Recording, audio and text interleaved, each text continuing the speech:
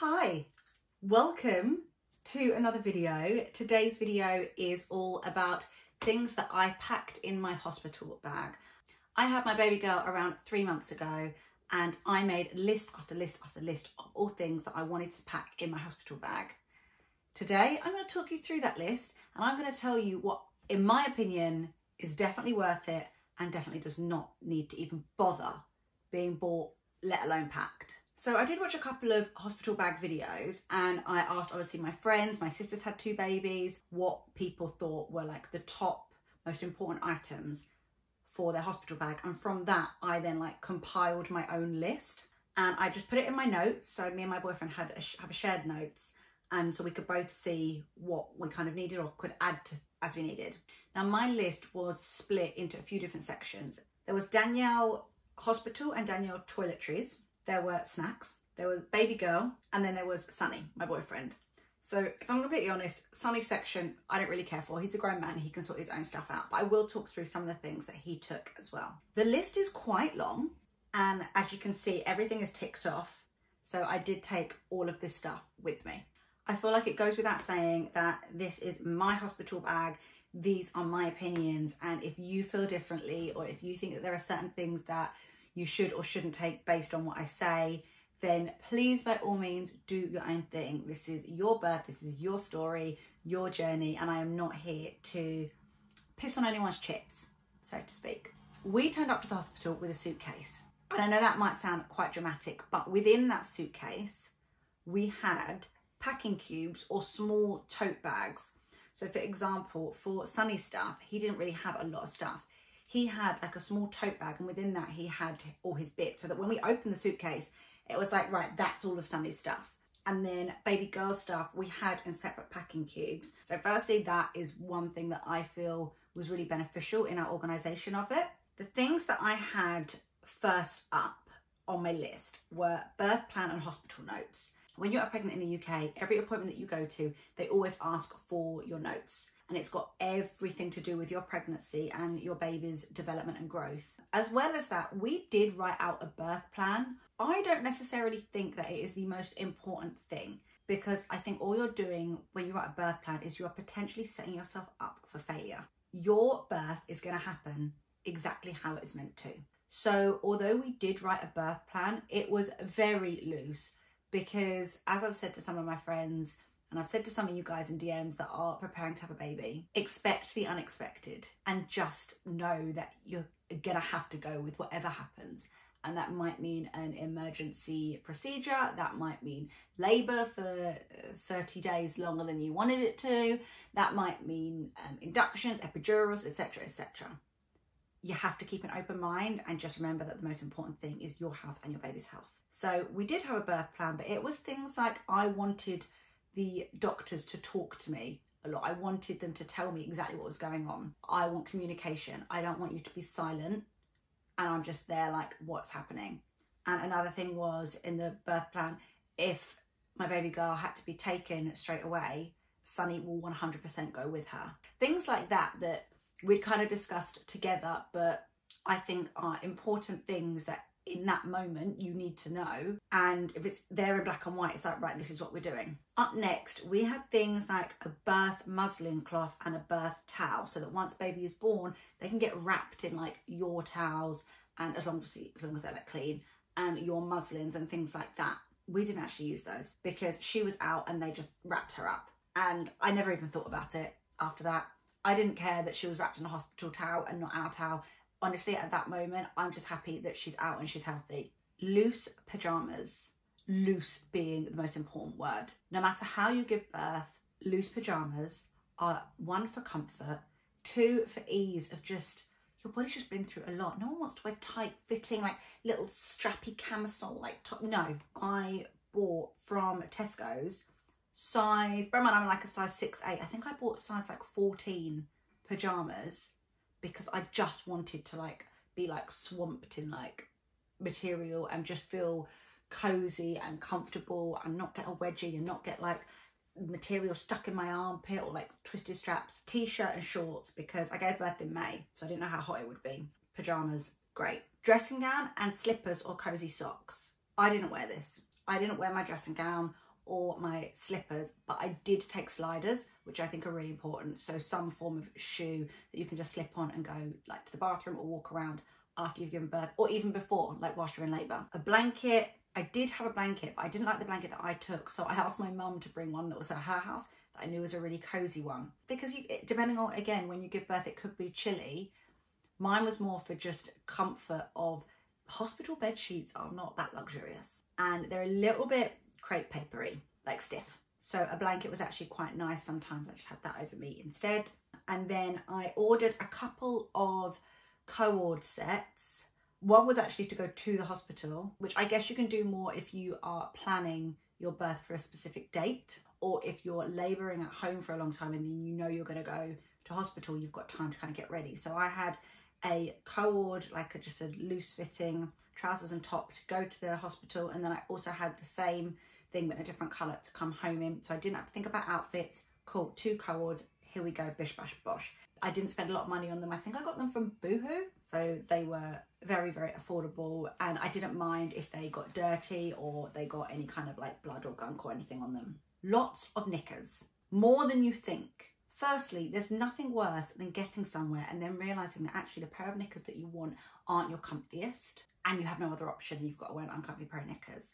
I also think regardless of how you give birth, I think like a high-waisted pant is good. I bought some from ASOS. I took 8 pairs of knickers. I was in hospital for, let's say, like 30 hours in total. Disposable knickers, I got some from Frida Mum. They do really, really good disposable knickers. I actually think they're called C-section knickers, but you don't have to have had a C-section, obviously, to wear them. You can just rip them or cut them at the side, and they're comfy. They're not ones with like a built-in pad, but just as a knicker, I found them really comfortable. Then things like nipple cream, I didn't use. Nursing bras, I didn't use in the hospital. We were all just, you know, there was no nursing bras personally for me needed. I just was big t-shirt. Here we are, this is what's happening. A few pairs of socks, bag for your dirty laundry and dirty washing, because again, nothing worse than if you're pulling out a pair of knickers and then you realise actually they're dirty and you've got nowhere to put them. So a separate empty bag for your dirty washing, I think, is very important. Breast pads, I didn't use in the hospital, but I did use when I came home when I was breastfeeding to stop the leakage.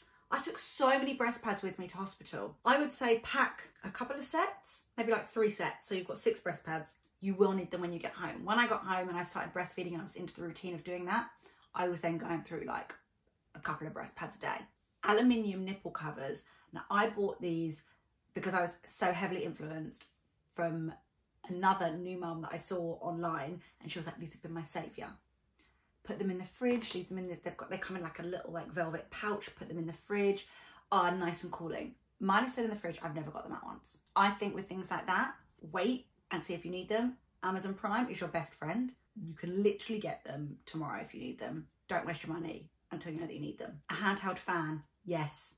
Yes, yes, yes. And ideally one that actually you can bend the handle up so you can like sit it on a table. So it can be flat, this is the fan, or you can do that and then you can like sit it on a table. Definitely. Charger with a long lead. I have one of those plugs that's got multiple USB ports in it.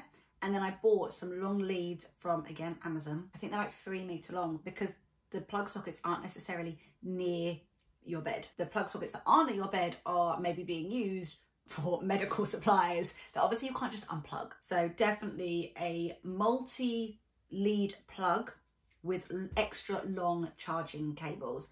And then Sunny and I both had our chargers in the same plug. We didn't need 2 plug sockets, and we had our individual leads. Some people I know have taken extension leads to hospital. We didn't, but that is another option if you do have multiple things that you want to plug in. Don't just go with like the stupid little short ones. I also did take my portable charger, but because I had an extra long lead, I could have my phone charging and being in bed. Didn't need to like have a portable charger because I couldn't be on my phone and charge my phone at the same time. If you've got a long lead, then you don't need a portable charger. Finally, on this list, I put laptop, iPad and charger. I don't know who I thought I was. What was I going to be doing with my laptop? Nothing. Also, hospital Wi-Fi is awful. Scrap that. That's extra weight. You don't need that. If your boyfriend wants to take an iPad and charger, fine. If he wants to like watch something, fine. But please don't worry about it for you. You're not going to be doing any work. You're not going to be watching Netflix. You've got other things going on. Up next are my toiletries.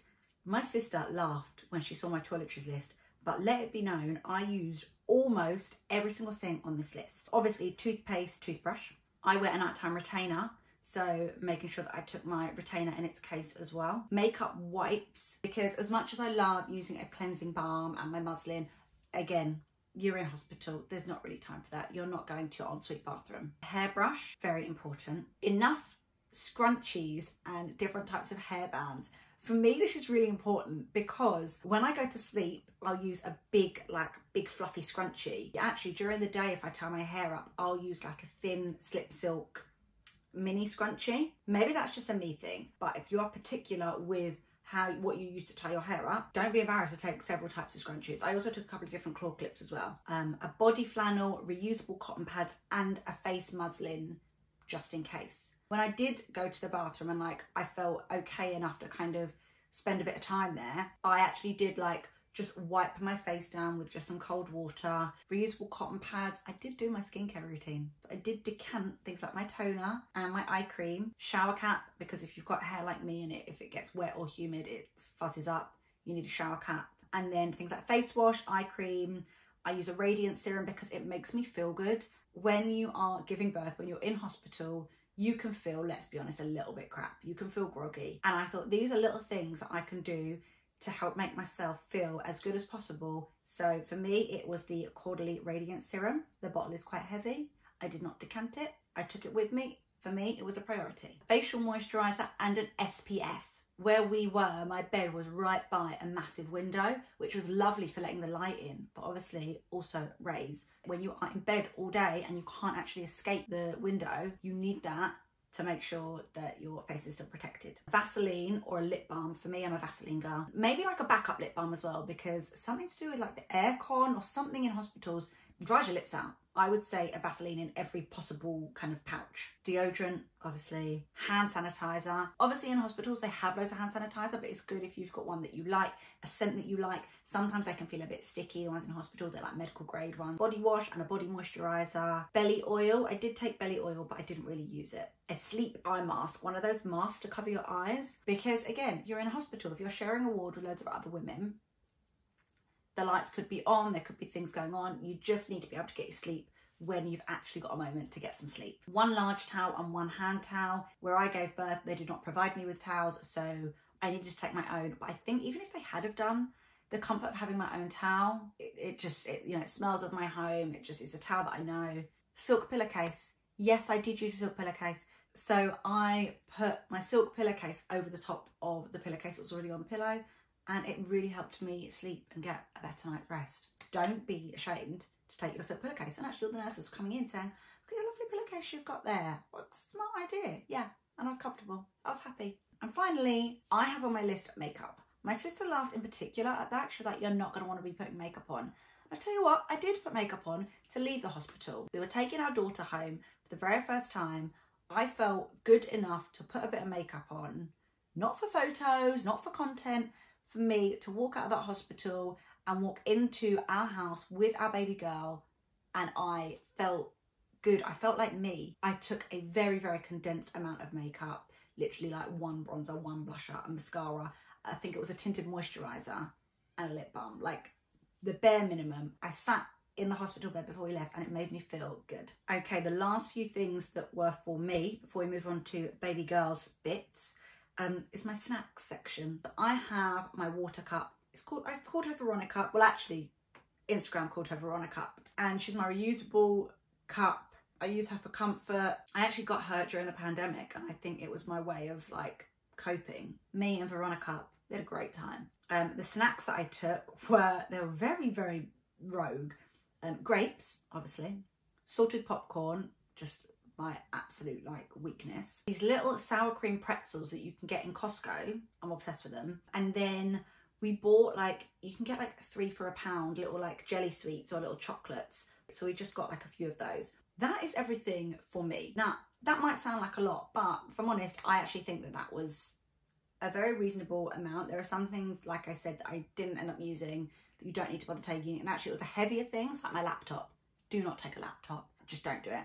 But now we're going to move on to items for baby girl. So top of the list for her were 6 bodysuits and 6 sleep suits. We didn't know how much or how little she was going to poo, wee, us put the nappies on wrong, it spilled through all to the bodysuits, etc. So we took 6. Like I said, I was in the hospital for about 30 hours and I think she maybe wore one of each of those. She wore a bodysuit and then a sleep suit over the top. See, they are cold because they have been inside this lovely warm room.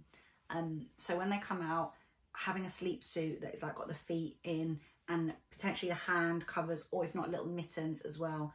And then a little hat. I think we had 2 hats just in case we couldn't find one. We had some socks, but we knew we weren't going to use the socks, but they're so tiny, they're for babies. We had 2 going home outfits. Now, I'm really glad that we did have these outfits, but if I'm completely honest, they're pointless because you have to struggle to put them into this cute little outfit. They're still looking a bit like, kind of like a little mole rat. You also don't want them to be uncomfortable, so the best thing for them is to be in like a sleep suit and a hat. But if you want to have a fancy going home outfit, that is for you. But I think if I were doing it again, I probably wouldn't have. We spent a lot of money on a going home outfit that was not needed. A couple of towels, again, I don't think we used. Water wipes, cotton wool balls. Now, I have never used a cotton wool ball on her once. I know that they say that you're meant to in the hospital, but I didn't. Muslins, yes, we took 3 muslins. Obviously a car seat, a blanket for her. We took some pre-sterilised and pre-made bottles, little formula ones. We got ours off Amazon. They were by Aptamil, and they are literally like, as soon as the baby's out, this milk you can give in case you struggle or you don't want to breastfeed. I was willing to try breastfeeding and I ended up breastfeeding, but we had them just in case because you don't want to be in a situation where you're using the hospital formula and you don't really know what's in it, and this way we were just prepared. We took 20 nappies, which again sounds extreme, but you just don't know how many you're going to go through. 10 of a size 1 and 10 of a size 0. Again, they can tell you how big they think your baby's going to be, but they predicted our baby to be 5 pounds. She then ended up being 6.5 pounds, and that pound makes a big difference. So we needed both sizes to know like what size nappy, and then nappy cream, and that is all the stuff for her. And then finally, I am going to talk through Sonny's hospital bag, although let's be honest, he can do his own. They are old enough to be able to sort themselves out, but these are some of the things that he had on his list that he ended up taking. Obviously underwear, socks. He had 2 changes of clothes, deodorant, skincare, toothbrush, toothpaste, etc. Phone, charger, portable charger. He was in charge of our portable speaker because during giving birth, we did want some music playing and we needed his speaker. Although actually, I think maybe we ended up connecting it to like the speakers in the room. He was also in charge of, we've got a little like Polaroid camera and the films. He was in charge of that. And then he did take his iPad and he took some playing cards as well. We didn't use either of those. Whatever snacks and drinks that he wanted. He did take a reusable water bottle. He did take a blanket because there was nowhere for him to sleep. We stayed in overnight. He was welcome to stay with me. They like have a 24-hour partner policy in the hospital that I gave birth in, and he was welcome to stay. However, he didn't have a bed. So he needed a blanket, and he also took a pillow. We were recommended like taking a neck pillow, and he was like, neck pillows are useless. I'm gonna take an actual pillow. And we just put it in the middle of the suitcase before we closed it, and it was fine. I mean, it depends what type of pillow you like. His wasn't particularly fluffy. And that was our hospital bag. I would highly recommend creating like a tick list in your notes and only ticking things off once you've put them in the suitcase or in the packing cube. I think that's a pretty good hospital bag list. I'm going to link as many of the items as I can below in the description box. And then I also think I might do a follow-up video of things that then we used when we came home, things that I used personally for my recovery, hence like the breast pads I didn't really use in hospital, but I did when I was home. And also things that we have found to be so useful and beneficial so far whilst having a baby. She's 3 months old, so she's still very little. I love it so much. There are certain products and items that we could not go a day without, and certain things that we bought or were gifted by like a friend or family member that we've never even taken out the box. Let me know if you think this video is helpful, and please do share it with someone if you think that it may benefit them. I will see you in another video very soon. Bye.